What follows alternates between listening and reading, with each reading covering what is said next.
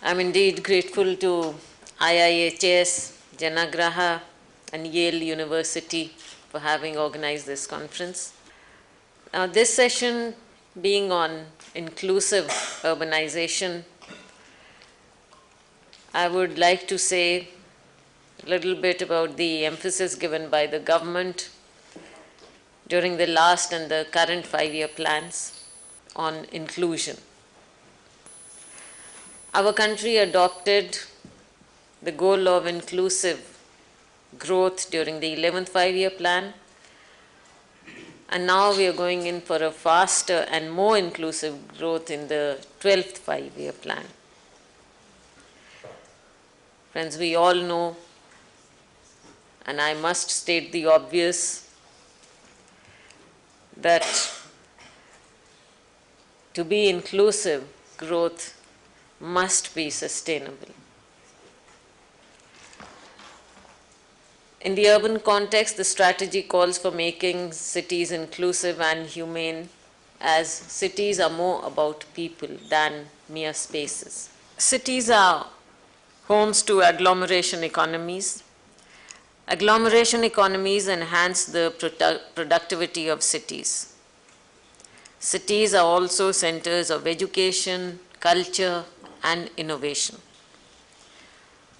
The number of poor and low-income communities is so large that even a small increase in their productivity will make a huge impact on the GDP of the country.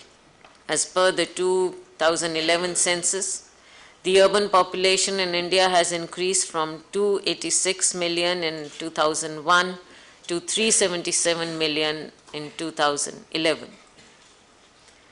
The level of urbanization in the country has increased from 27.7% in 2001 to 31.1% in 2011. This trend will continue.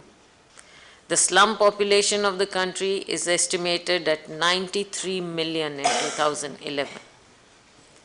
The bulk of the population living in cities and towns is estimated to be employed in the informal sector. They are faced with precarious conditions of employment and utter lack of social security. Urban poverty is multidimensional, which encompasses vulnerabilities across 3 dimensions, namely the residential, occupational, and social. The approach of my ministry in recent years has been geared towards addressing the issues of multiple vulnerabilities of the poor, especially the slum dwellers. To address the concerns of infrastructure and basic services, we initiated Jawaharlal Nehru National Urban Renewal Mission in 2005. This has been the largest initiative in the urban sector ever launched by Government of India. To address the issues of occupational vulnerability, we are implementing the Swarn Jayanti Shahri Rozgar Yojana. The scheme is directed towards enhancing the income levels of the urban poor by providing assistance for skill upgradation, self-employment, and community empowerment. And learning from our experiences of the Jawaharlal Nehru Mission, we have recently launched a new scheme called the Rajiv Awas Yojana, with the aim of addressing the issues of residential vulnerabilities comprehensively. The unplanned urbanization process is resulting in casualization of work, domination of the unorganized sector, irregular wage incomes, and absence of social protection at workplace. Self-employed workers are also faced with similar problems. This calls for public policy focus on 3 key areas. First is the continued emphasis on micro-enterprise and skill development of the low-income groups, especially to enable them to access market-offered jobs. Second is the proactive and mandatory creation and allocation of spaces within city boundaries for livelihood generation of the low-income groups, including the street vendors. The third is to provide access to credit along with conducive and balanced legal environment in order to boost the productivity of the low-income groups. I'm happy to share with you that my ministry is now working on launching a national urban livelihood mission, which takes into account all the focus areas. The scheme would lay considerable focus on the empowerment of women through self-help groups.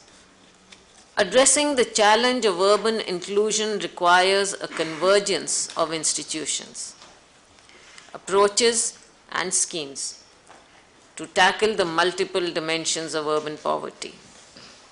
In particular, we need to strengthen the urban local bodies to enable them to emerge as the real third tier of governance, meeting the needs and aspirations of the people. We also need to reinforce the human resource capabilities in the cities. I would like to conclude by reiterating the importance of urbanization and the need for governments at all levels to address the issues of inclusive urban growth. Inclusive cities offer the best hope for sustained economic and social development. But inclusion cannot be automatic.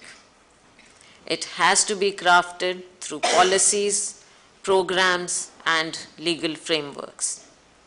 All stakeholders need to work together to usher in cities that are not only economically productive and environmentally sustainable, but also socially equitable and just.